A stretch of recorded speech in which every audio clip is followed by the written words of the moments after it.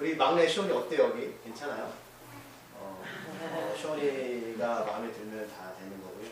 우리 시온이가 여기 1층을 상상 북카페로 이렇게 허락을 하셔서 우리 어른분들이 다 하셔서 간판도 그렇게 올리기로 했고요. 2층은 이제 사랑마을 교회로 하게 되었습니다. 우리 시온이 최고야. 우리 덕벌초로 전화 오고 싶으면 엄마 아빠를 부를 거야. 네가 다니는 학교만큼은 좋지는 않을 거야. 기도 계속 부탁드리겠습니다. 우리 지난주 말씀을 이어서 생각해보면 우리 도마와 빌립이 예수님께 길에 대해서 물어봤습니다. 주님은 그들에게 내가 길이요 진리와 생명이다. 너희들은 내가 어디로 가는지 알 것이다 라고 말씀하셨지만 제자들은 그 말씀의 의미를 제대로 이해하지 못했어요. 자, 그럼 예수님이 왜 알지 못하는 그들에게 이런 말씀을 하셨을까라는 겁니다. 이것은 바로 성령의 시대입니다. 성령께서 깨닫게 하시고 성령께서 인도하시고 여러분들 성령께서 여러분들을 삶을 보호하게 될 겁니다. 그러니까 제자들은 아직까지 성령의 시대를 경험하지 못해서 그 의미를 제대로 이해하지 못하고 있습니다. 제가 서두에 말씀드렸지만 예비당 이전하는 거 여러분 하나도 우리 힘으로 된 것이 없습니다. 우리의 삶을 돌아보면 마찬가지로 저는 믿습니다. 우리가 이렇게 준비하고 완벽하게 할지라도 하나님 한번 틀어보시면 우리는 인생을 제대로 살아갈 수가 없습니다. 자, 하나님 예수님 말씀하셨어요. 주님이 계시던 그때나 지금이나 동일하게 영이신 하나님을 찾는 자들에게 간절히 찾는 자들에게 내가 너희들에게 보일 것이라고 말씀하셨습니다. 핵심은 본질은 간절함입니다. 그럼 간절함은 뭐냐? 바로 말씀을 통해서 간절함이 증명되셔야 된답니다. 우리가 말씀을 통해서 예수님을 발견하지 못하면 하나님도 우리가 발견할 수가 없습니다. 영이신 하나님을 발견할 수 있는 유일한 길은 바로 성경입니다. 하나님 말씀으로 이 세상을 창조하셨고, 또 말해서 예수님이 이 땅에 말씀으로 육신이 돼서 오셨습니다. 믿으십니까? 하나님은 이 땅 위에 하나님의 백성들에게 말씀을 통하여서 자신을 증명하시는 거예요. 그리고 오늘 12절 말씀을 보면 우리가 주목해야 할 문장이 나옵니다. 뭐라고 말씀하고 있냐면 너희에게 이르노니 나를 믿는 자는, 여기서 두 가지 단어를 여러분 보셔야 돼요. 먼저 너희는입니다. 자, 예수님이 너희는 이라는 말을 지칭하실 때 누구를 말씀하시는 것 같으세요? 이 세상에 수많은 사람들? 아니면 예수님의 기적을 따랐던 사람들? 누굴까요? 제자들입니다. 제자들입니다. 오늘 예수님은 그 길에 대해서 성령의 시대에서 말씀을 하실 때에 예수님의 기적과 표적을 따랐던 그냥 수많은 사람들, 또는 예수님이 좋아야 따랐던 사람들, 지금으로 말하면 그냥 교회에 댕기는 분들, 죄송합니다. 댕기는, 아시죠? 학교는 댕기는 게 아니에요. 학교는 다니는 거죠. 그런 사람들을 말하는 게 아니라 예수님을 따르는 사람들, 제자입니다. 그럼 제자는 뭐 했던 사람이죠? 예수님과 3년 동안 동고동락을 하면서 예수님의 사명을 부여받는 사람들이에요. 교회를 다닌다는 것은 그저 주일날 와서 예배드리고 가는 존재가 아니라 오늘처럼 예수님의 하셨던 말씀과 행동들 이어받아서 우리가 예수님이 이제 십자가에 죽으시고 부활하시고 하나님 나라 갈 텐데 그 남아있는 제자들이 그 일을 감당하는 거죠. 그게 바로 제자입니다. 이것을 어렵게 말하면 제자도라고 말합니다. 도가 뭐죠? 길도예요. 주님이 가신 그 길을 따라가는 사람들입니다. 오늘 말씀을 듣고 그냥 일주일 동안 아무런 생각과 아무런 예수님의 어떤 간섭함 없이 내 마음대로 살아가는 건 제자가 아니고요. 주님이 가신 그 길을 따라가는 사람들입니다. 너희는 말씀하는 거예요. 너희들만이 오늘 주님이 말씀하신 길에 대해서 이해할 수 있는 거예요. 성령이 무엇인지를 알 수 있는 겁니다. 자, 그렇다면 또 하나의 단어가 나오죠. 너희에게 이르노니 나를 믿는 자는 믿는 자입니다. 누구를 믿는 것일까요? 예수님이죠. 여러분, 예수님을 믿는 것은 예수님이 행하신 기적과 표적을 믿는 게 아니라 예수님 자체를 믿는 거예요. 예수님이 누군지를 믿는 겁니다. 그렇다면 전제 조건이 있죠. 제가 계속 몇 주 동안 말씀드리지만 예수님이 누군지 알아야 믿는 거 아닙니까? 예수님이 누군지도 모르고 믿는 사람들은 뭐죠? 그건 제자입니다. 선생님이 누군지 알아야 될 거 아닙니까? 오늘 두 가지를 말씀하시는 거예요. 먼저 너희는 제자들, 나의 길을 따라오는 자들, 그 다음에 예수님이 누군지를 아는 사람들. 그러면 예수님을 안다는 것은 예수님이 말씀하셨던 가치성, 방향, 목적성을 품고 살아가는 겁니다. 우리가 예수님 모를 때는 어떻게 살아가셨나요? 내가 경험한 대로, 내가 원했던 대로, 내가 배웠던 대로 살아가셨잖아요. 하지만 이제는 하나님이 기록하신 말씀, 예수님이 하셨던 그 길을 따라가는 사람들이 바로 예수님을 믿는 사람들입니다. 이거를 전제 조건으로 세우시는 거예요. 이 두 가지가 우리가 받아들여졌을 때 비로소 예수님이 말씀하시는 그 길을 알 수 있고 길이 어떤 것인지를 따라갈 수 있는 거예요. 그래서 우리가 지난주 7절 말씀에서 이렇게 예수님이 말씀하셨어요. 너희가 나를 알았더라면, 빌립과 도마가 예수님께 길에 대해서 질문했을 때 주님이 말씀하시는 거예요. 너희가 나를 알았다면 제자들아, 내가 무슨 말 하는지를 이해할 수 있는 거야. 오늘 이 자리에서 여러분들이 수십 년을 교회 다니는데 그게 중요한 게 아니라 예수님을 정말로 내가 알고 있는가? 제가 늘 강조하는 거지만 그걸 알아야지 길을 따라갈 수 있다니까요. 그럼 길을 알려면 여러분 말씀을 보고 말씀을 상고하면서 그것이 맞는지 틀린지를 검증하셔야 된다는 그 과정이 필요하다는 말씀이에요. 이스라엘 백성들처럼. 오늘 말씀을 듣고 1주일째 성경책 덮어놓고 아무것도 안 하는 것? 여러분 그거는 우리가 믿음이 자랄 수가 없습니다. 오늘 예수님께서 너희가 나를 알았더라면 이제 내가 십자가에 죽고 다시 살아날 거고 부활할 거야. 그렇죠? 그런데 이 죽음, 예수님의 죽음이 제자들한테는 뭐가 됐죠? 근심이 됐다는 거예요. 문제가 됐다는 거죠. 예수님이 죽어야지 우리가 사는데 예수님이 누군지를 모르니 예수님 죽으면 우리한테 뭐가 온다고요? 근심이 오는 거죠. 근데 주님은 제자들한테 너희 이제 근심할 필요가 없어라고 말씀하는 건 내가 너희들한테 하라는 대로 하고 따라오는 대로 따라오면 너희들은 어떻게? 올바른 길로 갈 수 있다는 전제 조건을 말씀하는 거죠. 우리가 살아가면 여러분 근심 많으시죠? 없으세요? 가까우니까 막 서먹하시죠? 이렇게 하니까. 이게 좋은 거예요. 여러분 큰 교회에 가면 제가 큰 교회 말씀드려요. 죄송합니다. 제가. 그건 아닌데 어떤 분은 기둥에 이렇게 가려서 예배를 드려요. 목사님 저 멀리 있거든요. 물론 그것도 좋은 일이지만 여러분 이거 예배는 영과 영이 마주치는 거죠. 여러분 제 눈빛과 여러분 눈빛 마주치셔야 되는 거예요. 제가 하나님의 말씀을 여러분 대화하는 거죠. 그렇죠? 그러니까 가까이 계신 분들은 부담스럽겠지만 여러분 그게 은혜가 되는 거죠. 여러분 살면서 거의 그 근심 되시죠?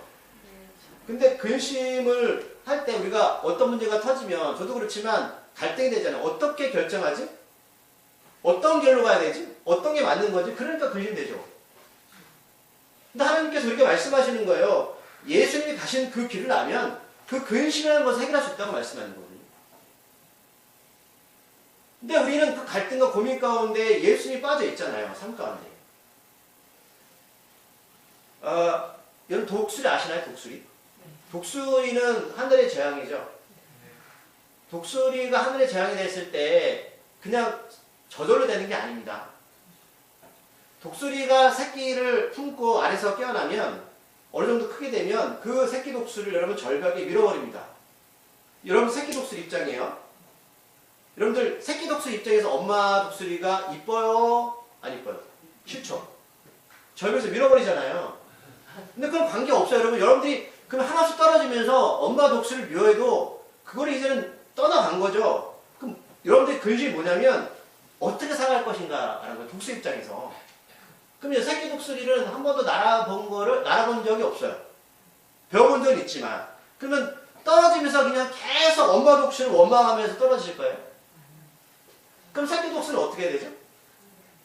살려면 날개를 허덕거려야죠. 허덕거려야죠. 그럼 사는 거예요. 그러면 그 새끼 독수리가 날개를 퍼덕거려 날아가면 나중에 뭐가 되냐면 하늘의 재앙이 되는 거죠. 그럼 엄마 독수리가 그 새끼 독수리가 미워서 절벽에서 밀어버렸을까요? 아니죠.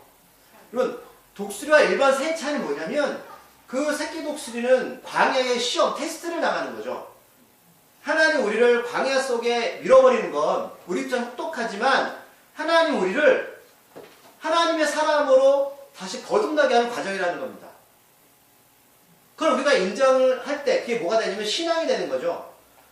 하나님의 자녀로 살아간다는 것은 예배로 끝나는 게 아니에요. 여러분 예배에서 드리는 거 그냥 절 가가지고 십자가 걸어놓고 예배 드릴 수 있어요. 죄송하지만 근데 우리는 뭐냐면 그 하나님을 받아들이고 우리 삶가에서 그것을 테스트를 우리가 받아야 되는 거죠. 그게 바로 예수님을 알고 믿어야 되는 출발점의 길의 시작이라는 거예요. 우리가 구원받았다고 여러분 삶이 끝나는 게 아니라 하나님이 출발선에 세우신 거예요. 그 하나님이 어떤 길을 주셨죠? 좁은 길을 세워놓으신 거잖아요. 이제 좁은 길을 세워놓고 저 끝에 예수님이 계신 거죠. 그럼 그 과정을 통과하라는 거예요. 밀어버리는 거예요, 하나님께서. 그런데 앞에서 말씀드렸지만 하나님이 우리를 그냥 절벽에 밀어뜨려 버리고 나 몰라라고 말씀하는 게 오늘 예수님이 제자들한테 말씀하시는 거 길을 보여주는 길을 성령을 통해 너희에게 길을 보여주는 거. 그래서 오늘 13절에 보면 자 13절 말씀 읽어볼게요. 13절 말씀 읽어볼게요. 시작. 너희가 내 이름으로 무엇을 구하든지 내가 하리니 이는 아버지와 하여금 아들로 말미암아 영광을 받으시게 하려고 합니다. 사람들이 13절 말씀 보면 이렇게 받아들이죠. 아 이제 내가 예수님 이름으로 구하면 난 내가 원하는 거 다 받을 수 있어. 이러면 그 말씀하시는 게 아니에요. 조건은 너희들이 하나님의 자녀가 되었을 때 너희들이 이제 그 길을 알고 싶어 할 때 성령께서 너희 삶 가운데 임했을 때에 너희들이 누구의 이름으로? 예수님의 이름으로 구하면 그러면 말씀드렸지만 예수님이 누군지 알아야 구하죠. 예수님의 이름으로 구한다는 것은 이제 우리는 기도하지만 우리의 기도를 하는 게 아니에요. 우리 안에서 성령께서 삼위일체 하나님의 기도를 하시는 거죠. 좀 어렵지만 여러분 이해하세요? 여러분 우리가 이제는 우리의 기도는 우리의 기도가 아니라 하나님의 기도예요. 하나님이 우리를 통해서 이루시기 위한 기도를 하는 것이고 그럼 왜 기도를 시키실까요? 우리를 하나님의 사람으로 바꿔가는 거죠. 전에는 내가 원했던 삶, 내가 원했던 기도를 했어요. 근데 이제 우리 기도를 통해서 하나님 우리 생각과 마음을 바꿔놓으세요. 이게 기도의 본질입니다. 하나님의 사람으로 바꿔가는 것입니다. 우리가 여러분 기도 안 한다 하나님께서 일 안 하십니까? 우리가 기도 안 한다 하나님이 응답 안 하시나요? 하나님 모르십니까? 아니요. 하나님 우리를 테스트하시는 거예요. 우리를 하나님의 사람으로 바꿔가는 거죠. 그래서 예수님의 이름으로 무엇이든지 구하면 하나님께서 응답하십니다. 그렇기 때문에 기도는 우리의 애씀이나 노력이나 의지와는 관계없어요. 이해하세요? 여러분들 오늘 2장 40일 금식기도 할지라도 여러분 그 노력과 하나님의 응답은 관계없다고요. 하나님은 그 40일 금식기도의 의미가 뭐냐? 우리를 바꿔놓으시는 거예요. 그게 아름다운 기도입니다. 하나님이 응답하셨습니다. 믿으세요? 하나님이 여러분들 머리로 생각하였을 때 우리 자녀들, 우리 사업터, 우리 교회, 이 가정 응답하셨습니다. 우리가 7년 전에 4층에 5성 빌딩 개척할 때 하나님이 이 예배당 이전을 말씀하셨어요? 우리는 몰랐어요. 우리는 근심만 했죠. 근데 하나님이 이미 작정하셨다. 그래서 우리가 여러분 주님이 우리에게 가르쳐주신 대표적 기도가 뭐죠? 주기도문이잖아요. 우리가 이것을 성경 공부 시간에 배웠는데 그래서 주기도문의 시작이 어떻게 됩니까? 하나님 아버지의 이름이에요. 하나님의 이름이 거룩하게 이 땅에 이루어지는 것. 그럼 하나님의 이름이 그냥 저절로 이루어집니까? 물론 하나님께서 행하시면 저절로 되겠죠. 하지만 그 하나님의 일하심, 성경 안에 보시면 하나님의 일하심은 누굴 통해서 일하시나요? 제자들. 하나님의 사람들입니다.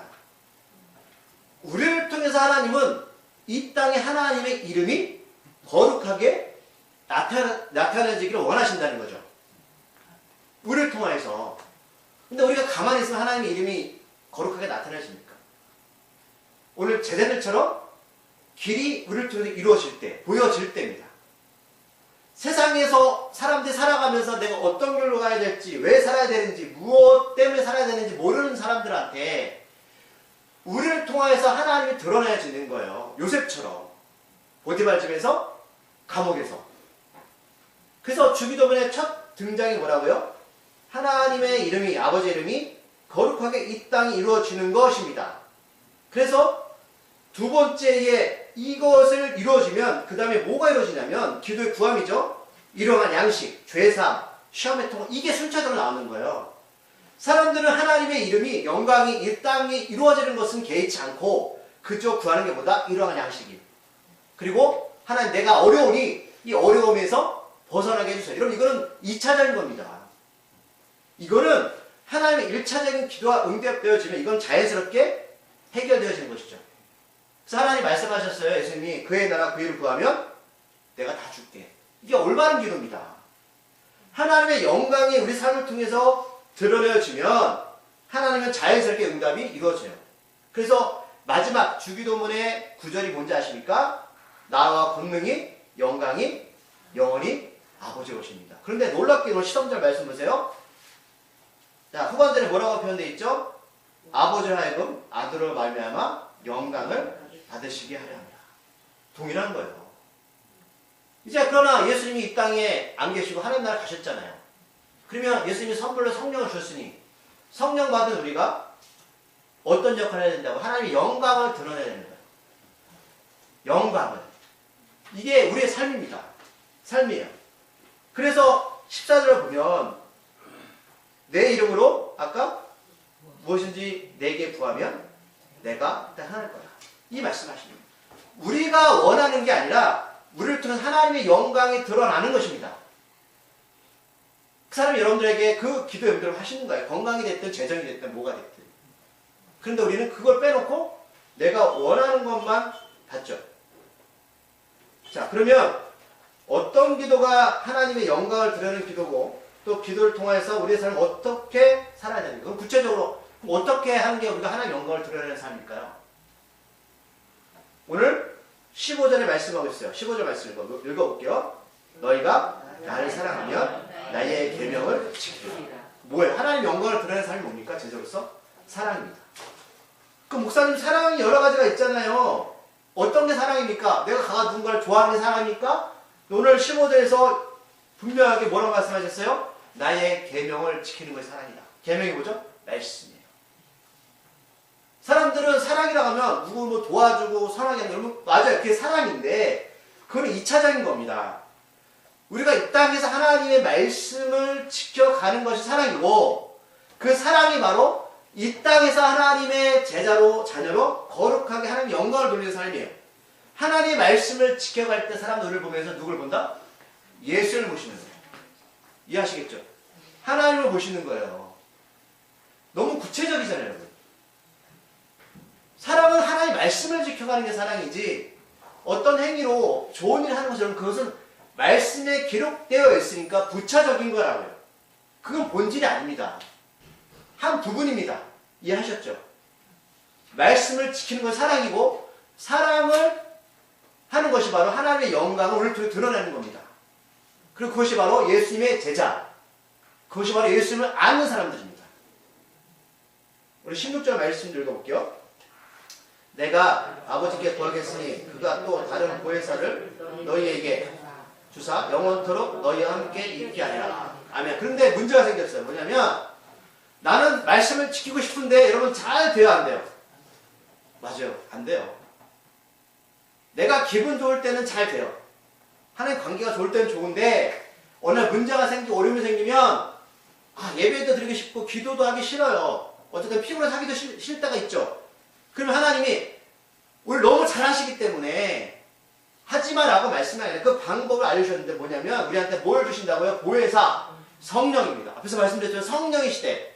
내가 너희들에게 성령을 선물로 주겠다. 성령의 뜻이 뭐냐면 보혜사인데 돕는 자, 중재자입니다. 그러니까 하나님, 예수님, 성령은 같은 존재고 인격체세요.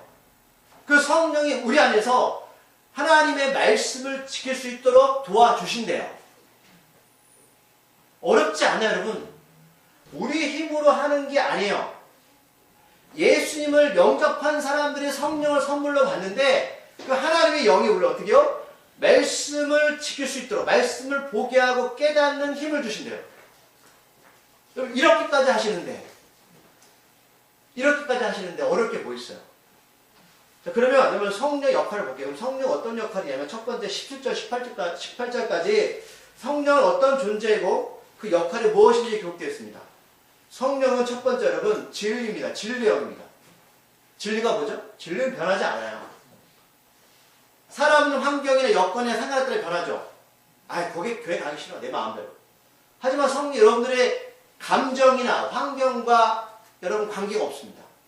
내가 아무리 기분이 다운됐어도 여러분 성령은 도우십니다. 내가 아무리 입술로 예수님 싫어라고 외쳐도요 성령은 함께 하십니다. 그게 진리라는 거예요. 성령은 진리입니다. 성령은 변하지 않고 성령은 신뢰할 수 있습니다. 성령은 온전하게 맡길 수 있는 게 바로 성령의 특징입니다. 그래서 진리를 옳고 그름을 구분하는 존재이기 때문에 여러분들 싫다고 할 때도 예수님은 도우십니다. 그게 성령의 역사입니다. 자, 두 번째는 성령 뭐냐면 절대로 혼자 내버려 두지 않는다고 성경이 기록하고 있어요. 그럼 외로우세요? 고독하죠? 사람은 외롭습니다. 그러나 성령은 절대로 우리를 혼자 내버려 두지 않는답니다. 언제까지요? 우리의 숨이 끝나는 그 순간까지. 우리가 숨이 멈출 때 누가 도와줄 수 있을까요? 아무도 없습니다. 자식이요? 아닙니다. 두 번째 뭐라고요? 성령 우리를 절대로 혼자 내버려 두지 않습니다. 세 번째는 성령을 통해서 죽음에서 살아나신 누굴 본다? 예수님을 보게 됩니다. 여러분 성령께서 우리 예수님을 보게 만드신대요. 그렇다면 그거예요. 성령은 우리만 예수님 보는 게 아니라 예수님도 우리를 지금도 보고 계십니다. 여러분 CCTV 아시죠? CCTV 아시죠? 곳곳마다 있잖아요. CCTV가 뭐 하는 건지 아세요? 감시죠. 우리가 어디 다 보는 거예요. 우리가 오늘 어디 갔는데 다 찍혀있단 말이죠. 그러면 전능하신 하나님 우리를 모를까요?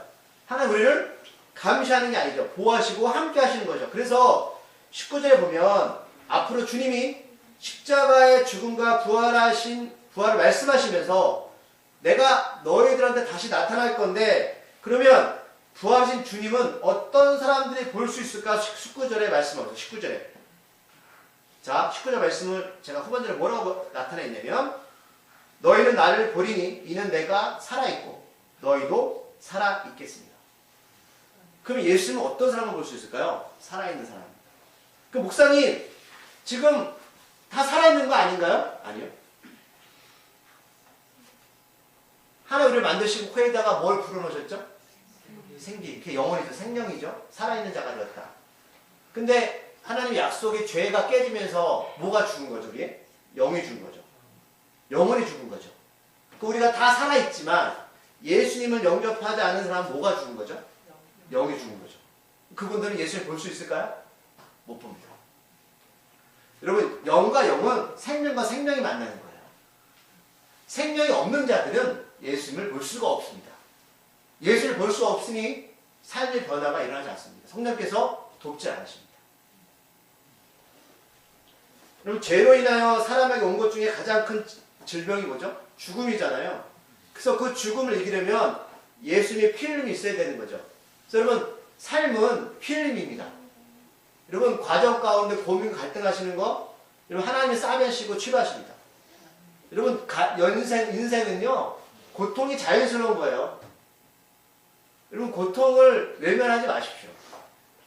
고통이 자연스럽다고요. 아, 저 인정 안 하시죠. 여러분 예수님이 피 흘리셨죠. 신앙은 피 흘림이라고요. 여러분들이 고난과 고통을 싫지만 그것을 내가 인정하는 순간에 어떤 일이 벌어지냐면 성령의 역사 여러분 치료하십니다. 그게 없으면 예수를 못 믿어요. 그래 두고 보자고요 여러분. 그래서 20절에 보면 20절 말씀에 이런 단어가 있어요. 읽어볼게요. 그 날에는 내가 아버지 안에 너희가 네 안에. 그럼 그 날은 어떤 날인지 아세요? 예수님이 부활하셔서 승천하시고 성령이 오시는 그날. 그럼 지금은 성령이 오셨죠? 자, 지금은 여러분 제자들이 이 말씀을 들을 때는 예수님 죽기 전이죠. 아직 이루어지지 않을 때입니다. 하지만 그 날에는 내가 아버지 안에 너희가 내 안에. 우리 지난주 시원이가 이해 못했던 거 나무 가지를 잘랐을 때 본 나무가 있고 가지가 잘렸잖아요. 그죠? 우린 가지죠. 이 말씀하시는 거예요. 지금 예수님과 하나님 같이 있지만 지금 제자는 성령이 없기 때문에 못 받았기 때문에 이 말을 이해를 못하지만 성령이 오시면 내가 아버지 안에 있고 너희가 내 안에 있을 거야. 생명과 생명이 연결되어지는 거라고요. 나무의 한 나무는 가지가 쳐 있어도요 다 연결됐겠죠. 네. 여러분 사과나무 하나에 가지가 10개 달리면 10개의 가지가 배나무가 배 열매가 맺힙니까? 사과가 열매가 맺히잖아요. 우리가 예수님이라는 나무에 다 가지기 때문에 다 연결되어 있는 거라고요. 여러분들 다 연결되어 있는 거예요. 생명은 생명은. 이 말씀 하시는 거죠. 그렇죠? 그래서 21절에서 그렇게 말씀하는 거예요. 다시 한번 말씀하시죠. 나의 계명을 지키는 자나야? 나를 사랑하는 자다. 다시 반복하시는 거예요. 나무가 여러분 사과 나무인데 붙어있는 가지가 배 열매가 어떻게 맺히냐고요. 우리는 붙어있으면 예수는 사랑이기 때문에 우리는 사랑의 열매가 당연히 맺히겠죠. 성령께서 붙게만 하신다고요. 우리는 붙어만 있으면 돼요. 여러분 애쓸 필요가 없다고요. 우리는 뭐만 쓰면 되냐면 말씀에만 집중하면 돼요. 그래서 여러분 말씀을 두 구절 찾은 제가 정리할 거예요. 자, 말씀, 계명을 지키는 것이 하나님이 가장 원하시는 삶이죠. 여호수아 22장 5절 6절 이제 말씀 제가 정리할게요. 여호수아 22장 5절 6절 말씀 355쪽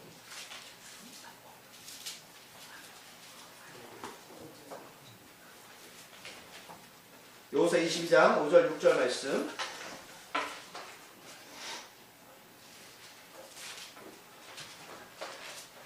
하셨나요? 자, 여호수아 22장 5절 6절 말씀 읽어볼게요. 시작. 오직 여호와의 종 모세가 너에게 명령한 명령과 율법을 반드시 행하여 너희 하나님 여호와를 사랑하고. 자, 지금 모세가 뭐라고 하고 있어요? 자, 하나님을 사랑하는 게 뭐다? 나한테 뭐 재물 드릴 때 뭐 수억을 드려라? 아니죠. 뭘 원하시는 거예요? 너희에게 모세가 신에서 받았던, 그죠? 신에서 받았던 애굽에서 종살에다 여러분 예수 믿게 됐죠? 홍해를 건넜어요. 세례를 받았죠. 그리고 지금 시내산 가서 40일 밤낮으로 모세가 하나님과 대면하면서 받은 게 뭐다? 십계명이죠. 율법이었어요. 모세가 구원받은 우리가 세례받은 너희들이 너희에게 명령한 명령과 율법을 어떻게 해요? 반드시 행하여 너희 하나님 여호와를 사랑하고. 사랑의 조건이 뭐다? 말씀을 지켜라. 하나님 오직 급하셨으면 구원받은 그들한테 첫 준 게 뭐다? 계명이었어요. 안식일, 성막, 교회였습니다. 그리고 후반절 읽어볼게요. 그의 모든 길로 행하여 그의 계명을 지켜. 또 반복이죠. 아까 우리가 읽었던 말씀. 그에게 친근히 하고. 어떻게 예수님과 친할 수 있죠? 말씀을 지키고 주님이 가신 그 길을 따라가는 것입니다. 너희의 마음을 다하며 성품을 다하며 그를 섬겨라. 핵심 뭐다? 말씀을 지켜라. 이게 바로 하나님을 사랑하는 것이고 하나님의 길을 가는 사람들이다. 이게 바로 사랑하는 자다. 그래서 6절 여호수아가 그들에게 축복하여 보내매 그들이 자기 장벌을 갖더라. 자, 그러면 여호수아가 이스라엘 백성들 우리가 말한 축복의 의미가 뭐냐면 말씀의 선포였어요. 여러분들 말씀을 받았죠 지금. 그걸 가지고 한 주간 지켜 행하면 그게 축복입니다. 거기에는 다 들어있는 거예요. 하나님의 축복. 너희들 예수 이름으로 기도하면 다 줄게. 하나님 돈 필요해요? 돈 주십니다. 하나님 건강 주세요? 건강 주십니다. 그거는 부차적인 거라고요. 그거는. 자, 말씀 하나 더 찾아볼게요. 마태복음 22장 35절 40절 말씀.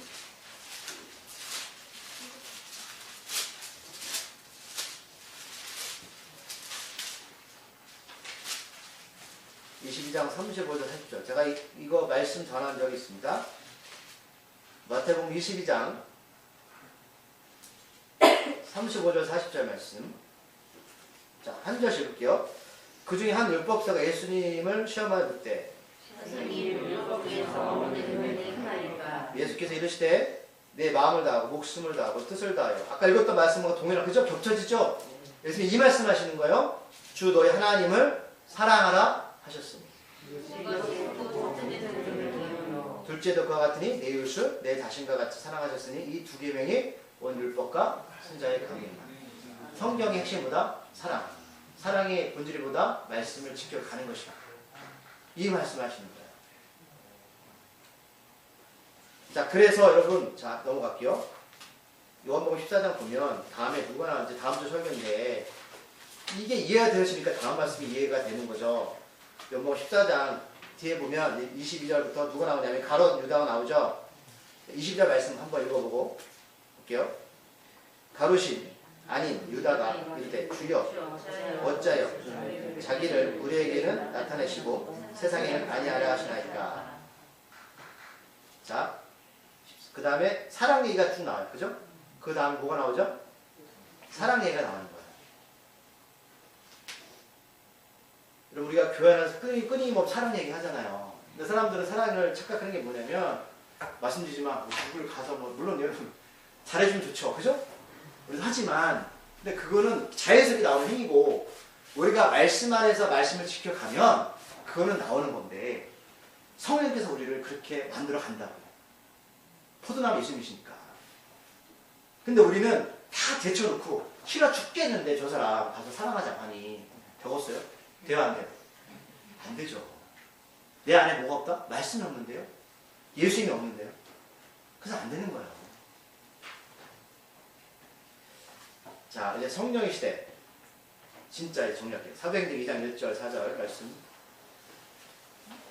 사도행전 2장 1절 4절.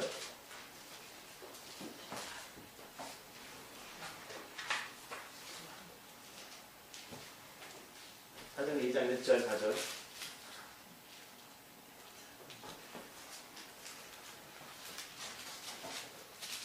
자, 하셨나요? 한 절 읽겠습니다. 오순절 날이 이미 이름에 그들이 다 같이 한 곳에 모였더니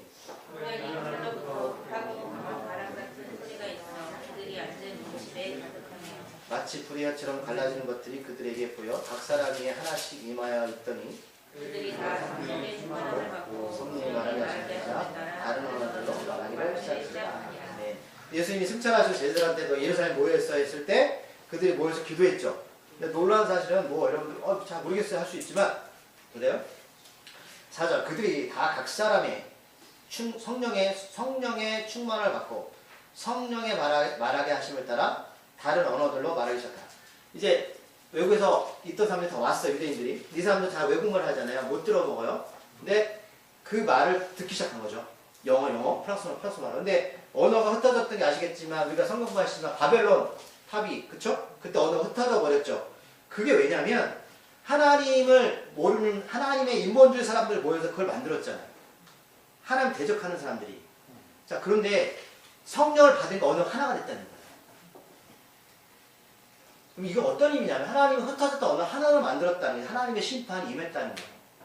그런데 자, 우리 4절에서 볼 게 뭐냐면 자, 2절, 3절 후반절에서 각 사람이 성령은 여러분 무리로 가는 게 아니에요. 제들처럼. 한 사람도 역사하는 거예요. 그리고 그들의 다 성령 충만함을 받고 성령의 말하게 하심을 따라 자, 이 사람들이 성령 충만함을 받으니까 자기의 생각대로 말하지 않아요. 하나님의 말씀대로 말하실 거예요. 그리고 교회 안에서 왜 분쟁이 일어나는지 아세요? 자기 말이죠. 자기 생각이죠. 예수 믿는 사람들은 여기 안에서 필터링이 되는 거죠. 하나님의 말씀으로. 어떤 말을 할 때 하나님의 생각, 하나님의 마음을 먼저 구하는 거죠. 그래서 흘러나오는 거예요. 그래서 그게 생명이 되는 거죠. 그게 사랑입니다. 여러분들 전하는 예수님의 이름의 능력이 그 사람을 살리는 거죠. 이게 바로 제자입니다. 그 나에 아버지가 내 안에 너희들이 내 안에 있을 거야. 하나님 일하실 겁니다. 기도하시겠습니다. 하나님, 우리가 사랑이라고 하면 어떤 길로 가야 될지, 어떻게 말해야 될지, 내가 무엇을 잘해주는 것이 사랑인가? 물론 이것도 맞지만 성경은 그것을 말씀하는 게 아니라 하나님의 말씀을 지켜가는 자가 사랑하는 자고 그 사랑하면 하나님의 영광이 드러나고 생명의 전해줌을 말씀하고 있습니다. 우리가 누군가를 구원한다는 것은 우리가 어떤 노력이나 행위가 아니라 우리 안에 계신 성령께서 예수님의 능력이 나타날 때입니다. 이것을 깨닫게 해주시옵소서. 우리 교회 공동체가 하나님 원하시는 유기체적인 아름다운 모습이 되려면 우리 안에 말씀의 능력이 있어야 됩니다. 우리 안에 예수님이 계셔야 됩니다. 성령이 계셔야 됩니다. 이 의미를 깨닫게 해주시옵소서. 예수님의 이름으로 감사기도